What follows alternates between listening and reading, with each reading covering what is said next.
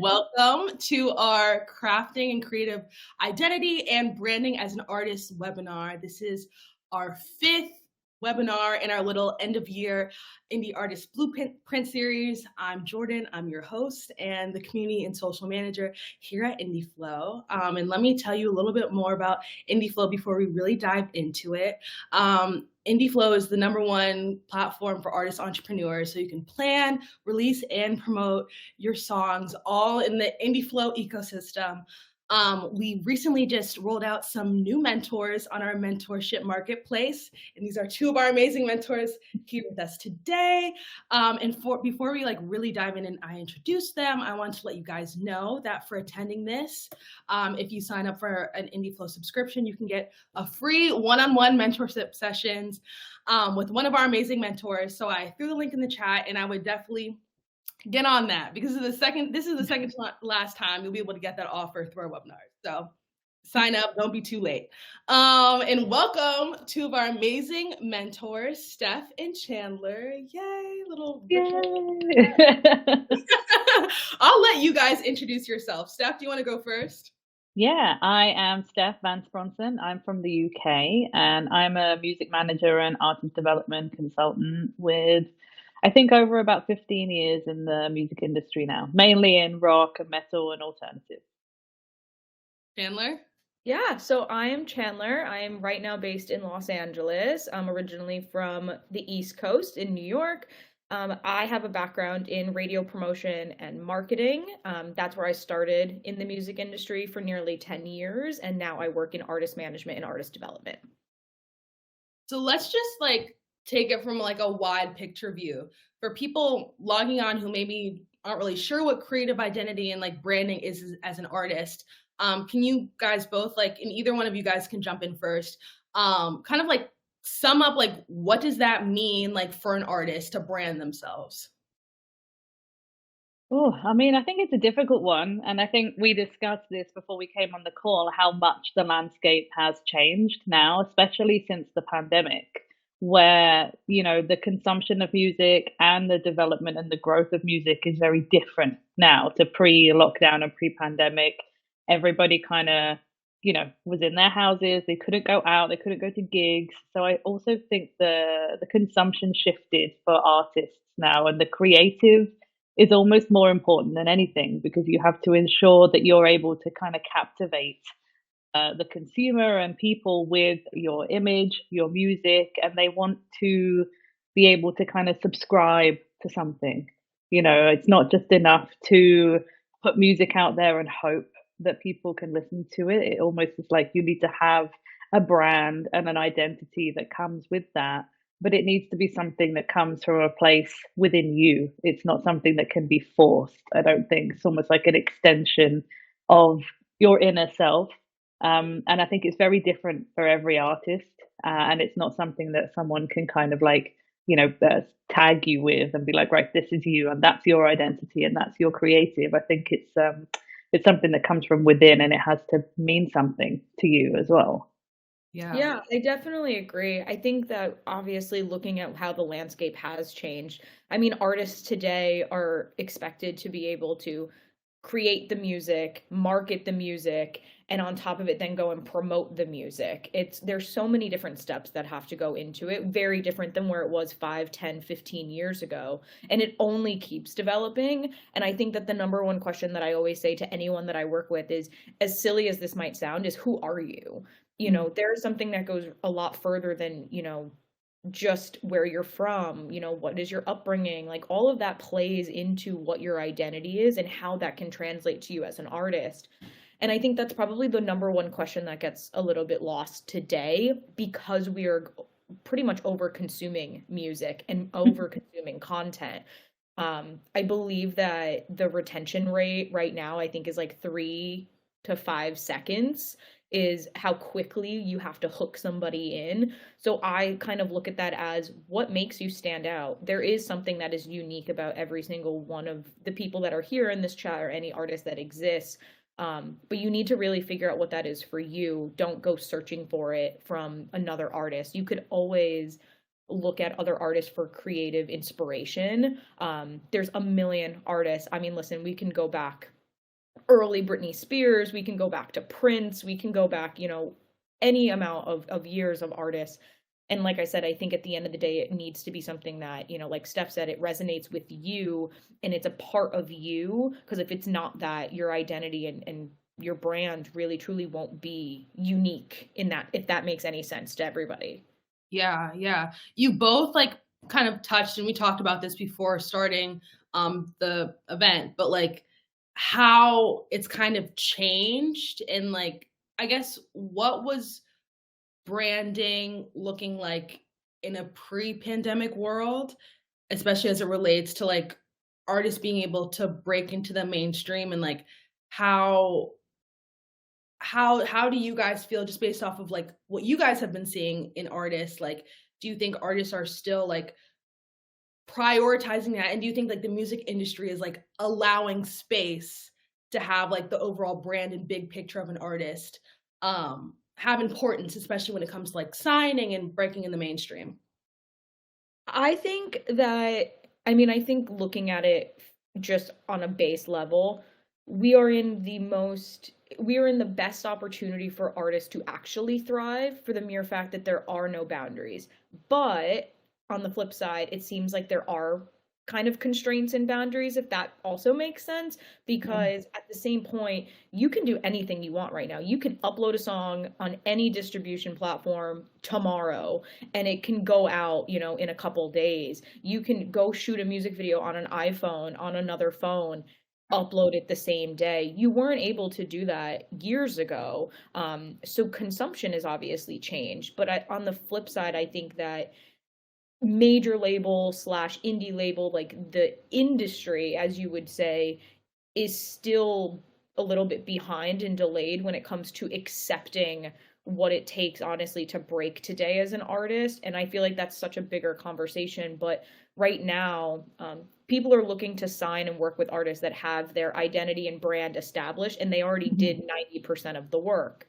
Yeah. Now, that shouldn't discourage anyone when it comes to looking at opportunities like that. But I think at the same time, it goes back to the first question, like, who are you and what is your identity? You have ample resources at this point in time to actually figure out what that is and take your time doing it. Don't feel like you need to be rushed to put something out tomorrow because people are telling you you need to post 3 times a day. It's not it Sorry. I mean, it might go against what other people think, but I don't believe that that exists. Like, I don't think it matters. I think figure out who what you want as an artist and then nurture that before you even jump into just, you know, playing whatever the digital game and landscape is, I think today. Mhm. Yeah, for sure. And I think it's interesting when you look at the creative and you ask, people, what is it you want to be? Who do you want to be as an artist? And I think it can go a couple of ways as well. Like you're going to have some, singer-songwriters maybe that are literally like, no, I just want to be me.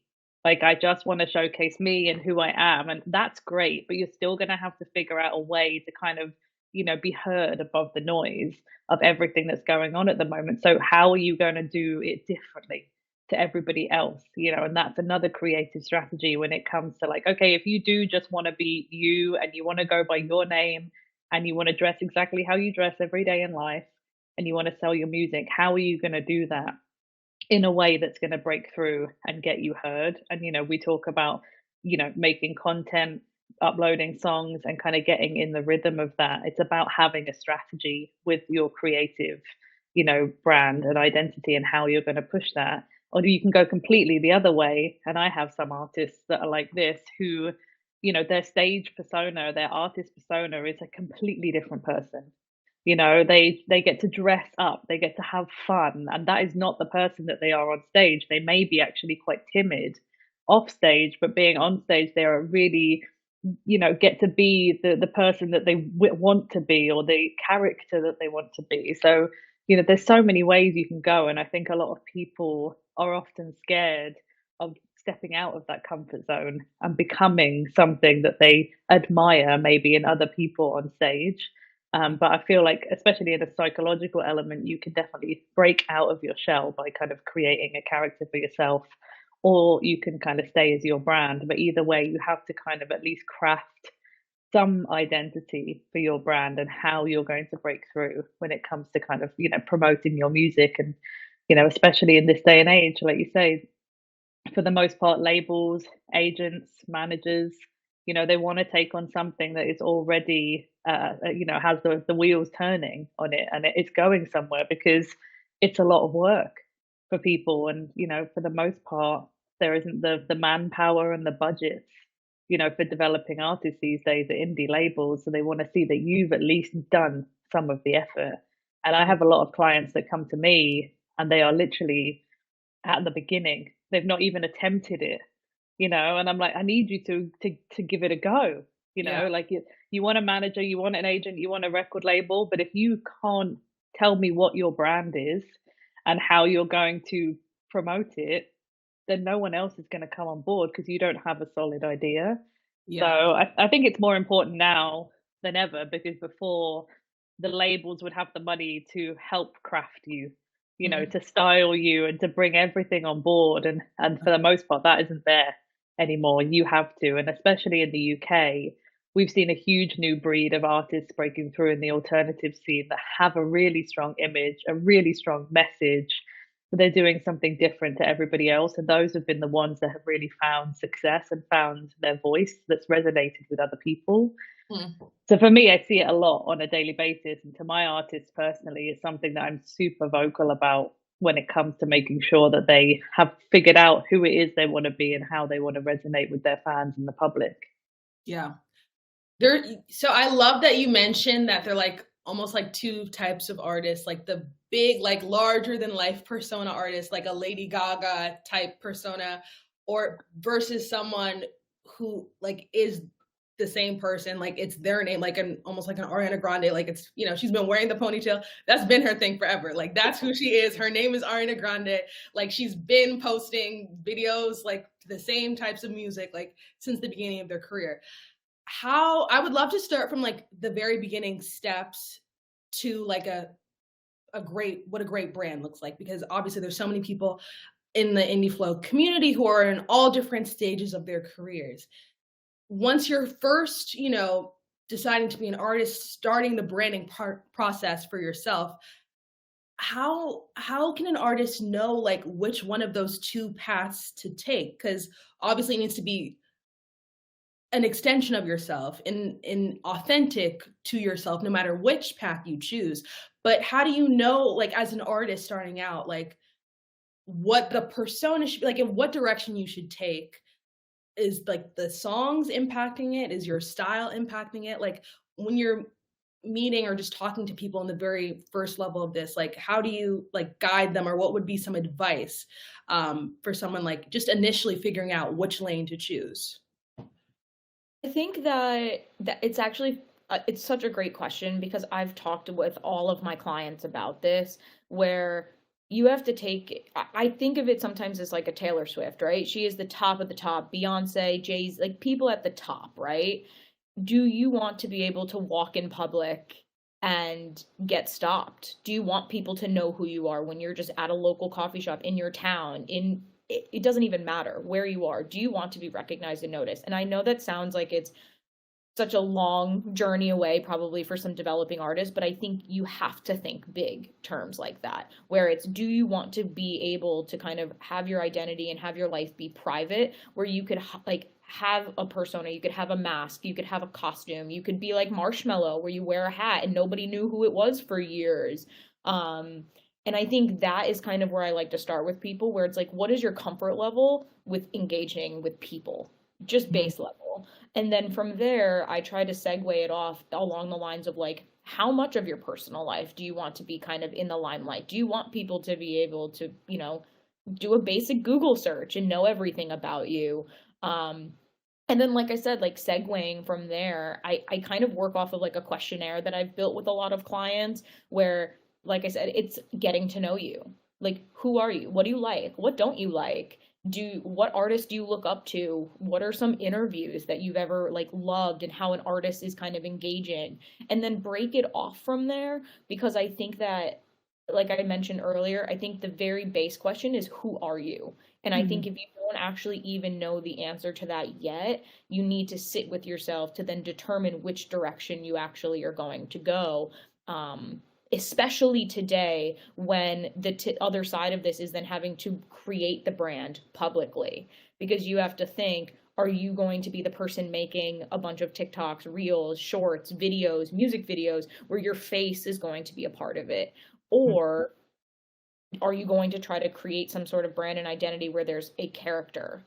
Or are you not even a part of what that process is? And that kind of goes down the trickle down effect, because you have to think, when you want to be the face of your brand, you have to think that when you go out in public, everything that you do should be representative of your artist project. If you are the, at least that's the way that I feel and look at it with a lot of my clients, because even if you're, a small artist, you want to kind of dress like the part, look who you are. You have to make it a business. You have to make it what your world is.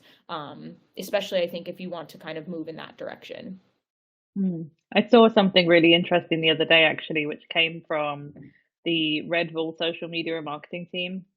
It's going wild on TikTok at the moment. And they said something that Red Bull did and they instilled within their teams was to sell a lifestyle, not sell a brand. And I think that also kind of resonated with me for artists, because if you want to be, your Ed Sheerans and your Taylor Swifts of the world, their lifestyle is like almost everyday person. Like their music appeals to everyday person. It's got a really wide appeal, and then you go to the other end of the spectrum or even the middle of the spectrum where people have a character. And Lady Gaga, she's selling a lifestyle. She's selling this crazy, outrageous, eccentric thing. And people go to her concerts and they feel like they're free as well, right? They dress up like her and they kind of get the energy. So it's selling a lifestyle as well. Like, who do you want to appeal to? What do you want to resonate within them? Do you want to kind of, have your own collective, your own kind of like fan group? Do you want to empower people? Do you want to relate to people, just everyday people, and do your kind of thing?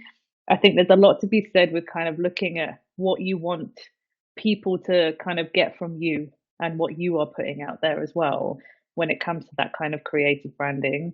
And I really love that thought, because I think that can easily help you if you're like, I don't know what I want to be. You can be like, well, what is my music saying? What message am I giving? What are my lyrics saying? What kind of thing am I selling to people?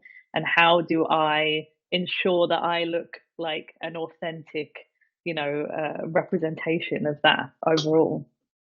Yeah, I love that. You guys both made like great points, like figuring out what the lifestyle is, like the big picture, and like, what you want your fans to take from it. And like, I love the point about like, if you want to be recognizable on the streets, like your brand and your music needs to be, you know, relate to the big picture and like should carry across like Mm. all means in what you're doing.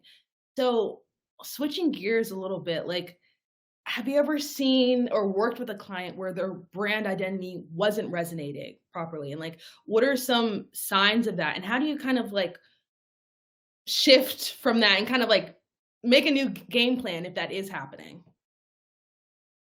Oh, I don't really know if I've had any that don't work. I've maybe had some that I've had to come in and help them elevate it to achieve the actual picture that they had. Because from the outside, I had the band that came to me years ago that is still with me now, and I had championed them throughout my other jobs, and I'd always tried to help them along the way, but people weren't paying attention. And I realized that it was due to the fact that they had their image and they had this message that they wanted to portray, and they had a really good core fan base, but the wider appeal wasn't there because they weren't kind of like polished enough. They didn't give off that kind of rock star energy.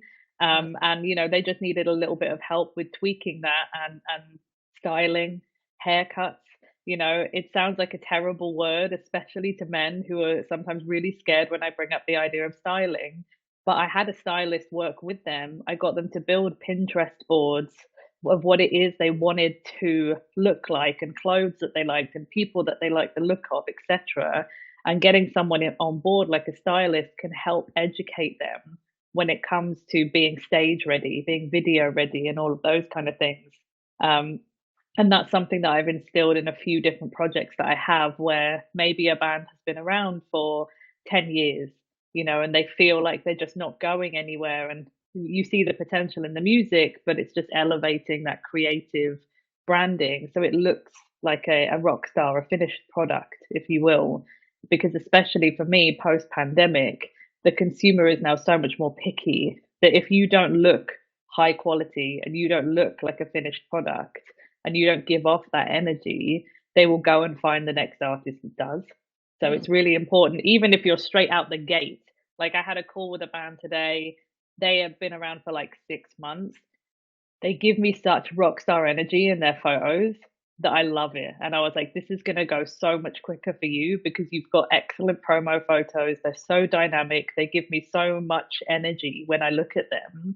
This is great. Like they'd come out of the gate with their creative strategy and they knew what they wanted to do. And I think that's such a huge thing because most people's first impressions will be the pictures that you have online and your social media.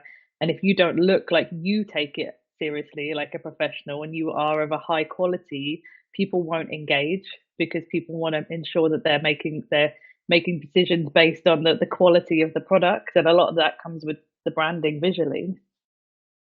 Yeah, and I think it's interesting you say that too, because in my experience, I've had projects that have worked and they knew what they wanted from the get-go, but I also have been fortunate enough to kind of be at the forefront of two artists' careers where one, they're very opposite. One has had no idea what they wanted their vision and brand to be, but they understood what their influences were. So that, at least for me, I thought was like a jump off point. I understood where I'm like, I see where you're pulling inspiration from musically. I see your style every day as a normal person. Who are you then as an artist? And that this particular client of mine struggled with answering that question and really struggled with having to figure out the words to communicate. I just want to just radiate what I do every day on, as an artist. And I was like, that's fine, but here are simple ways that we should be tweaking it, which was, it came down to doing, I think the number of Pinterest boards that I've done is, my Pinterest account is ridiculous. Like, where it's like, here's where we start, here's why it makes sense to have promo photos like this, why you have lifestyle photos like this, why, Instagram should be curated a certain way versus throw things at the wall at TikTok, see what works, Mhm. but still have the messaging and the styling package.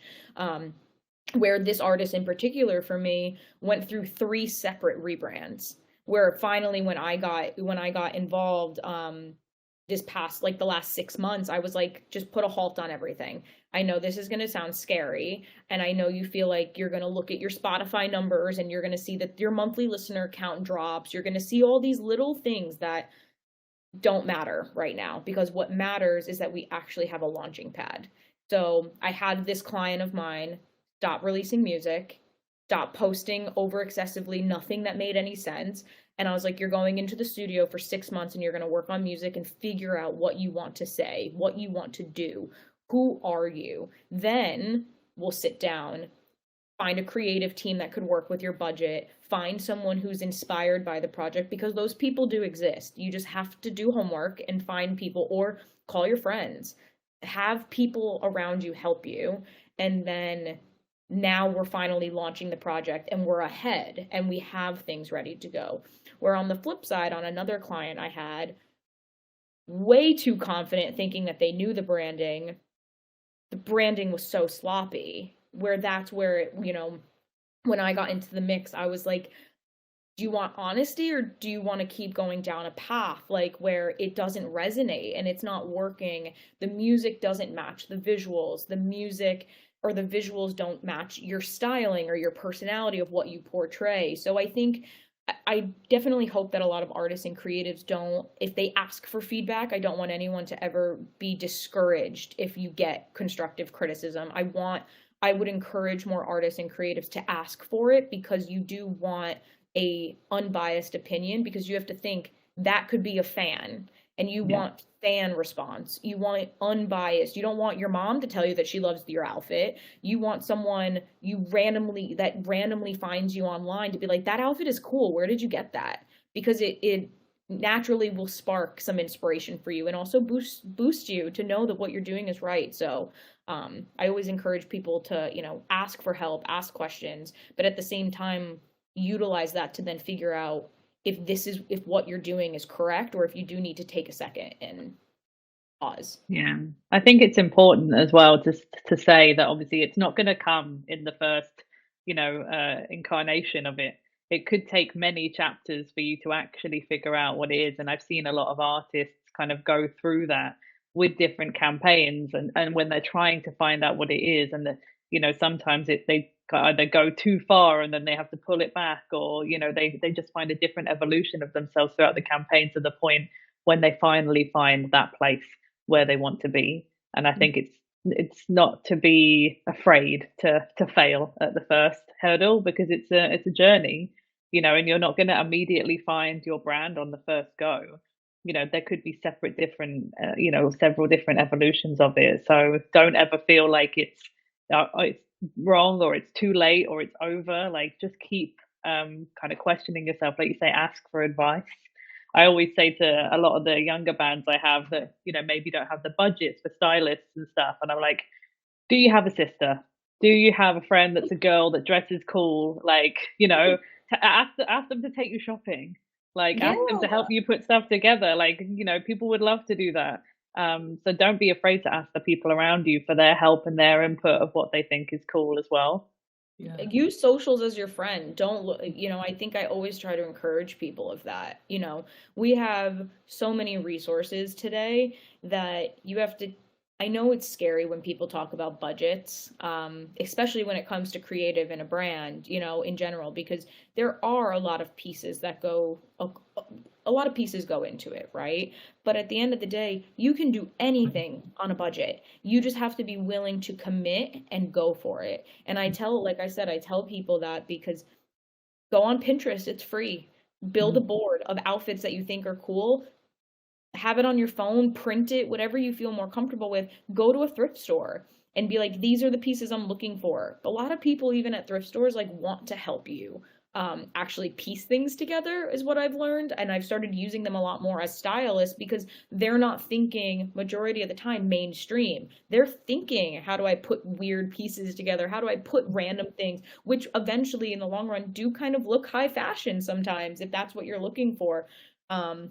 I But think your that's thrift stores are definitely better in the US than they are oh here. Mainly just have a bunch of old grannies running out. no. Where you have cooler stuff like Buffalo Exchange and places like that, where like the people are behind the counter are pretty cool. So Oh, okay. just to throw that out there. Well, okay, well that's good to know. But like I said, I think don't be afraid if you don't have a big budget. If you have $100 a month to work on creative and branding, call a friend. Hey, I'll pay you $100 to take pictures of me on an iPhone and let's get weird. You can buy lenses on, you can buy lenses on Amazon for $20. And I have done that for so many photo shoots for people and they come out amazing. You just have to, be willing to experiment. Yeah. So many gems here. So diving into more about like, I guess, creating your own brand. Like we talked a little bit about like the styling and like the Instagram aesthetic and stuff like that. Like what are some of the other pieces that are needed for a cohesive brand? Like are logos important, color schemes important? Like what else is there that, artists might forget about or that we don't talk about that much? Yeah, I mean, definitely. I think the creative covers everything, not just the artist's look and what they're wearing. The artwork is important, the logos are important, and also the song content is important. It has to resonate within the brand itself. If you're singing, I don't know, about love and puppies, and then you're like heavy goth makeup over here. Yeah, that could be a cool juxtaposition, but also it's a little bit different.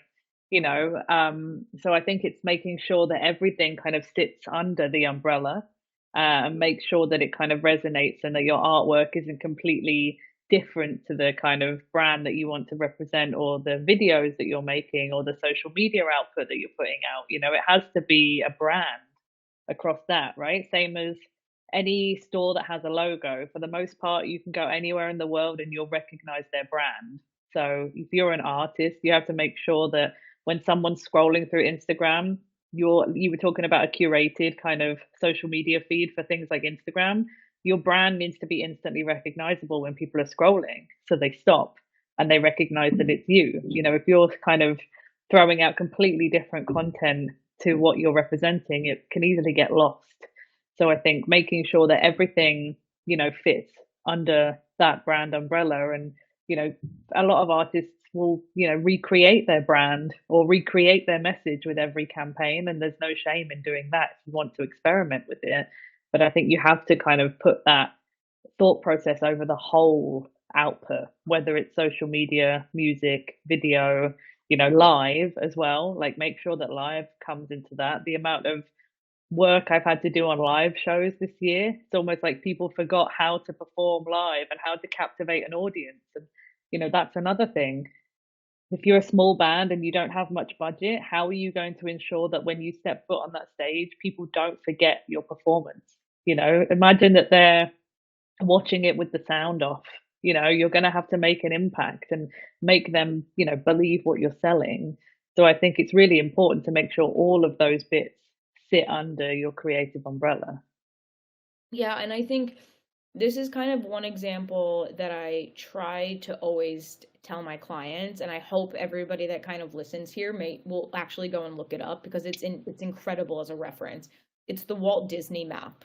If anyone ever has a chance to Google what Walt Disney did in order to create Disney World, it has branches and pillars of where you can interconnect all of your different subsets that pretty much encapsulate the brand of quote Disney, where there's music, there's the picture side, there's there's the costumes, there's so many things. And We've got a fan in the chat there, someone saying equals gold mine. It is literally one of the best references that someone shared with me, and I reference it with every artist that I work with because I try to explain to them that you're here, you're at the center. Now, when it comes to your identity, when it comes to a brand, whatever, what are those main pillars that you can pull apart? Where you're able to then be able to turn around and say, well, I don't want to overshare about my personal life, but I do want my fans to understand my lyricism. How are you going to connect that branch on the music side? Okay, you want your fans to know that you love doing charity work. What charities do you do? What do you get involved with? You want to talk about you love sunset colors. How are you going to incorporate that in photos and visuals and art, etc.? And you kind of just branch it off in that way. And I think that at the end of the day, you need to really sit down with yourself and be able to kind of understand what do you genuinely want people to know about you, and how does that translate to live? How is your banter when you're going on live? Are you awkward and you don't want to speak in between songs and that's a part of your brand because you genuinely are just awkward? That's okay. But how do we work that into a set? And I think that, like I said, I think the number one thing that I really just hope people are able to kind of do today is take the time to actually wait and figure out what that messaging is before you rush and have to worry about what other people's kind of opinions are. Figure out what you love and figure out what you want people to understand and know about you, because eventually it can evolve and that's okay. You don't have to have everything nailed out today. From a logo, your logo can change 10 times. It's fine. But still try to be consistent with it for a little while, 3 months, 6 months, on every release you use it for at least a year, just so there is some sort of consistency and, you're able to actually build that awareness. I think it's really important what you said there actually about planning and making sure that you're ready, because I always say this to artists when they're kind of launching and in their early stages. I'm like, there's no rush. There's absolutely no rush. There is so much time for you to get all of this together. And I would rather you go away for 6 to 12 months, record, write, make sure the songs are everything you want them to be, get all of the videos ready, make sure your creative branding is there, make sure you've got all of the tools and all of the assets before you launch. Because obviously, as we discussed as well, this kind of like regular release schedule that everyone's kind of pushing into and posting on TikTok however many times a week, etc. When you start a campaign, it will be over before you've even blinked. And if you don't have all your assets ready and you don't have your brand and your creative strategy ready, it will end up with you just chasing your tail and you will just get burnt out because you haven't got everything ready. And the best campaigns that I've worked in the past few years are when we've literally had everything ready to go months before we launched, because we were able to put in the prep work. We were able to make sure that everything was ready. So when we launched, it was seamless and it went, and the quality was high, and the artist kind of trajectory was much faster than anything I've ever seen, because we were delivering a top tier product that was ready, high market quality product, and it just went fast because the consumers were like, "Wow, this is really good and it's new. I'm going to consume it." And we just, just kept building and building and building. And I think that's really important as well, because I have so many artists that are like, "Yeah, we're going to release a song in 3 weeks and we're going to record the music video in 2 weeks," and I'm like, "Oh my, I can't deal with this amount of like stress," and it's like having that prep and having everything kind of done and the plan laid out before you means that then you've got time to breathe as well, because it's very important to ensure that, you know, as you discussed, you're not just expected to be an artist these days. You're expected to be the promotion, the social media manager, the marketing, the booker. That gives you space. If you're able to plan all of your creative strategy, your assets, or your release schedule, and have that ready to go, it gives you a bit more space to kind of make sure that those other things are not burning you out for the most part. So there is no rush. No one's in any rush to launch this. There's no age limit.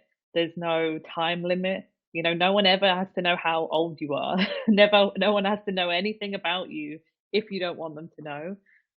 So please don't feel like there's a big rush to get this out. The best projects are the ones that are planned. Hmm. Absolutely. I love that. You guys both mentioned, before I move on, any questions? Now's the time to throw them in. We have about like 6-ish, 7-ish minutes left. So definitely don't be shy, and ask whatever. But back to my question. You guys both kind of touched on live like a couple of times, and I would love to just take a second and dive in a little bit more, because I feel like a lot of times when you think about live, especially coming back from like the pandemic, and now a lot more artists are doing shows, and like, you don't often, besides really big artists, like we're, doing arena and stadium tours, but for smaller artists, you don't necessarily think about branding and what that could look like in a set and in a performance. Can you guys talk a little bit more about how to incorporate your brand identity in your performances to leave the audiences with an unforgettable experience? Yeah, I mean, I think it's something that I've really worked on a lot recently, because I think the consumption of your gig goer these days is very different, right? People don't want to part with their money as much, especially for development shows. They want to have an experience, so people are more willing to go to festivals, arena shows, etc. So if you're getting them in the door for a smaller show, even club show, 500, 1,000, you need to make sure that they leave with a lasting impression of what it is that you do, because then they're more likely to go away, tell their friends what an incredible experience they had, and repurchase tickets for the next time that you're in town. And that's just how you're going to bring that audience in. And I think there's multiple ways you can do that. Obviously, your brand identity can be difficult to kind of, depending on what stages you have, what kind of production you're allowed to bring. But it could be as simple as, having a backdrop, having a drum skin with your name on it. Very much it will be the clothes that you wear on stage. It will be your performance on stage, your mannerisms. I spoke with an artist the other day about planning their performance, because when they weren't singing, they would end up pacing. And when they would pace, they would run out of breath. And then they wouldn't be able to sing the rest of the song, and it's just about thinking about those things and ensure that you are engaging the audience in your performance, in your look, and adding any of those extra little bits to the stage. I have an artist that is kind of a little bit like Viking, a little bit rural, like they've got this real kind of witchy pagan vibe about them. And we used to get just like the battery powered candles and just have them all over the stage and on the top of the amps, and they would get like dried flower wreaths, and they would cover the mic stands in like fake ivy. Like those little things were all really cheap, and we were able to kind of bring it together. And from the audience perspective, if you see a band that's put a little bit of effort into what it is that they've got on stage, you'll kind of be like, okay, well, these guys have made the effort, so I'm going to make the effort to watch them and see, what it is. And I think it's going to be different for everybody. But if you can bring that little bit extra that makes you stand out, whether that's lighting, having some extra lighting on stage, or having someone do your lighting for you, whether that's your costume, your performance, whether it's all of these things put together. I think there's so many different elements that you can do, but again, it's going to be not necessarily a one answer, but there's going to be loads of little things to think about when you come to the stage. Yeah, and I think too, I think a lot of the time what I first start with when it comes to live, if the artist is not really sure what their performance is, I mean, I have people who do solo, who also do full band. It depends on what the gig is. If it's if it's has to match who the headliner is. If they're doing a two-piece and you sometimes go as a band, I'm like, you know what, the full band's probably not going to make sense for the show. You'll overpower them, so maybe we should dial it back and, play to tracks, have a different kit, there's so many things that come into live that I learned this year from being on the road more than I ever have as a manager. I was on 4 tours this year and was traveling, and just every single show was different. Every single one. And it taught me, utilize venues. If you don't have a budget to go get a lighting kit, because lighting is expensive, go to the venue, have your set list, and say, here are colors that I like for each one of these songs. Oh, if you have haze, if you have like little like haze that you can put in the venue, use it. I'm totally fine with it. It goes a long way. And I learned that as a manager, because I was tour managing as well for my clients, because they didn't have the budget to hire a tour manager. So I would go and I would make it a point that the artist and the whole band would go and say thank you to the venue, talk to them, because we were going on a budget, and would make sure we would try to get the best resources. But outside of that, and even before I think anyone starts playing live, you should probably do your homework on artists that you are inspired by, or that maybe are similar to your space, and see how they started playing shows in 100 cap room, 200 cap, 500, 1,000, and see where they started and how they grew. You might not be able to afford a band the first time that you're going out on the road. So can you play instruments? If you can't play instruments, you're going to probably either need then to pay someone to help you build what your set is with tracks, and you're going to have to learn to trigger your own tracks, which anybody here can obviously go and look up how that works. But at the same time, like, you might have to figure out, well, what's more important? Do you want your live set to come across as memorable? So you're probably going to have to hire a guitarist or a keyboardist or a drummer that makes you kind of stand out and have that. One of my clients, like, our backdrop got lost 2 days before our tour started. So we went to Walmart, found a light up kit that cost $20, and we put her name in the light up box, and that's what we had.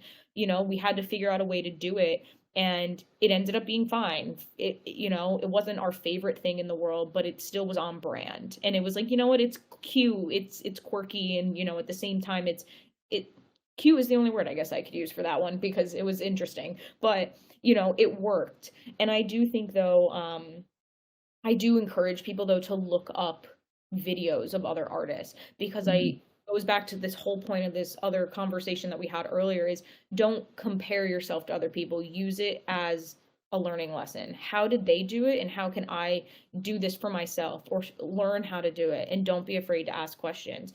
It's the same thing when you're trying to get a job. Use your resources.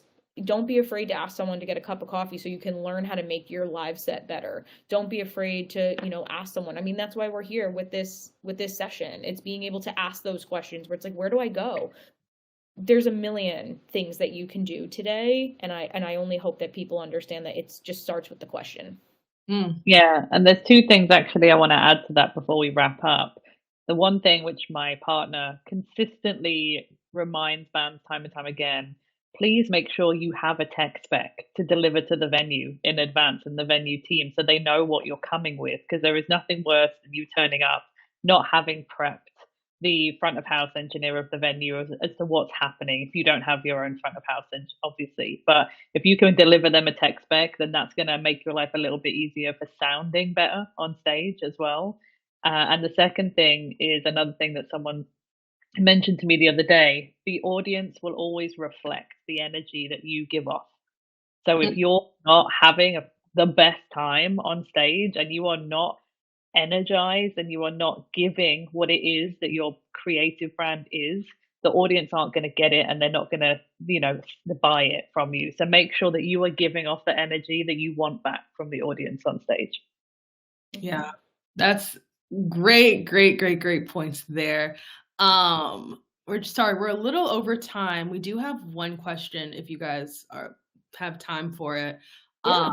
But it's talking about like and we touched on social media a little bit, but like how often you should post and also how to create content within your space, whatever that may be, that's like authentic to you and your brand. I think when it comes to content in general and creating it, don't think like that you should be limiting yourself and because of your space. Like I said, Amazon is your best friend. I have bought lighting kits, I've bought lenses, I've bought backdrops, I've bought everything and anything I need to do DIY video shoots on Amazon, on Facebook Marketplace, and I've built sets in my own house. And I've built it and they look great and I don't have to pay for a location. I set up a camera. I have a ring light here. I would literally show everyone, but it'll ruin my lighting, so we're not going to do that. But like you literally prop it up and it's so easy for you to do it. You just have to be willing to do it. And when it comes to making content that's unique for you, as simple as flipping a camera upside down, sideways, buying a green screen and utilizing online, like Canva, if you pay $120 to use Canva Pro online, you can manipulate the background into a graphic like that. It's just utilizing it and being able to learn. You don't need to pay crazy equipment in order to make content. And when it comes to posting on social media, again, I think it really it depends on you. There is no right or wrong answer here. It's about consistency. If you need to make things that are comfortable and consistent for you to do and post it as frequently as possible. If you're able to make 10 videos a week, post one every day, and then you have 2 weeks of content done, and post that same video to every single outlet and just try things. But I think the number one rule that I tell a lot of my artists is if you come up with something, you need to at least attempt it for a minimum of 30 to 60 days. Do not be discouraged. You have to try things. If it doesn't work, implement something else on top of it. Try things. And at the same exact point, remember, if you're just posting on social media to post and it has no it's not like an ending point where it's not like new music is coming, a music video, here's a pre-save link, here's, whatever. You have to think, what is the content that you're posting and how is it relevant to you as an artist? Is it just showing people what you're doing in a day? Post that on Snapchat and post that on your Instagram story, on your TikTok story. Don't have it have like a long lasting moment that needs to sit on your feed if it's not really going to be benefiting you as an artist until you have your identity and brand solidified. If you don't have fans that are begging you every day to be like, showing what you're wearing every day, and it doesn't seem like that fits with your brand or your identity, then don't force yourself to make things like that. It's not going to be worth your time. Yeah, 100%. I think the one thing, if you're going to, from my map anyway, in my head, if you're gonna make any content to put out on social media, you need to make content that's selling your music. So for the most part, I just tell artists if they're stuck with what content to make, just make performance content. I don't care if you're walking down the street carrying a coffee or you've kind of got a really nice ring light set up with a mic in your bedroom or your office, or you're out with your friends and you can do it walking into the camera, whatever, just perform. It's the discovery platform, TikTok, Reels, YouTube Shorts. It's all driving people to consume the longer content here. So if you make content on TikTok and you follow a trend and you do a silly dance and you blow up, you've completely lost the opportunity to promote your music. You've just got a video that has 1.4 million views and it's not benefited your career in any way. So if you're an artist and you're out there trying to do trends and be funny and do stuff that's going to go viral, if you're not promoting your music within that, you're going to lose that opportunity and you may never get it again. So just try and sell yourselves. And I think the best way to do that is performance content. And I had to try and make videos the other day on my TikTok to promote myself, and my God, did I hate it. Listening and looking at yourself on your phone and time again, it can be super uncomfortable. But when you get into the flow of it, it kind of becomes a little bit easier. So please don't be discouraged. And if that doesn't work for you, then maybe try something different. Like I said, try something that comes a little bit more natural and just put a camera up when you're in the studio, or get someone to film you when you play live and put your audio over the top of it. Do something that isn't planned content, and that can be a little bit more natural. So, but always promote your music, please. Absolutely. Amazing. I have one quick question for you guys before we go. But before I ask it, I just want to remind you guys, tap in and get this free one-on-one mentorship session. We've had such a great conversation, and in a mentorship session, you guys can continue the conversation with one of our amazing mentors. Before we go, what will a mentorship session with each of you guys look like to someone who signs up? Whoa. I mean, what do people expect? Well, I think at least from my side, I mean, obviously Steph and I have very different backgrounds, but we also at the end of the day still want the same thing for any artist or creative. We want to be able to offer any value and help when it pertains to you specifically. Every single artist and creative has their own journey, and we, like I said, come from different backgrounds. Coming from that, I worked on the radio and promotion side for 10 years. On top of doing artist development, I have a little bit of a more of a different perspective in the sense of major in indie labels. I have a different perspective of how to promote music. I'm not saying anyone should go and promote your song to radio. Do not spend that money yet until it's necessary. But at the same point, we're able to offer an opportunity for you to actually be able to dedicate time for, the 45 minutes to an hour to ask specific questions for you. And it's a little bit different than obviously here where it's just spitballing questions. We're able to really dive into the nitty-gritty of you and what you're looking for and offer what our services and help can actually be. Yeah, I think that's it. Every session is going to be different for everybody, and that's why I tell all of my clients, every session is tailored to you. And for the most part, you will only get out of it what you put in off the back of that session, because I can give you all of the advice in the world, but if you aren't willing to kind of develop that journey and build on that journey, it's not necessarily that we give bad advice, it's that you didn't want to kind of follow through with that. But yeah, I think, development sessions are great. We can offer that constructive criticism that we talked about earlier, that outside of view, which is sometimes often missed by artists, to the point where they're like, oh my God, I can't believe, that was wrong or this was wrong. And because I've not been able to step outside my project and look at it from another angle. And I think that's something that's really great for kind of developing and mentorships, is that we're able to help you, but also offer that constructive criticism that can be super beneficial. Amazing. Well, thank you guys so much. Everyone go. Thank you. And see you next week for our last webinar. Bye, everyone. Thank you. Thank you, everyone. Bye.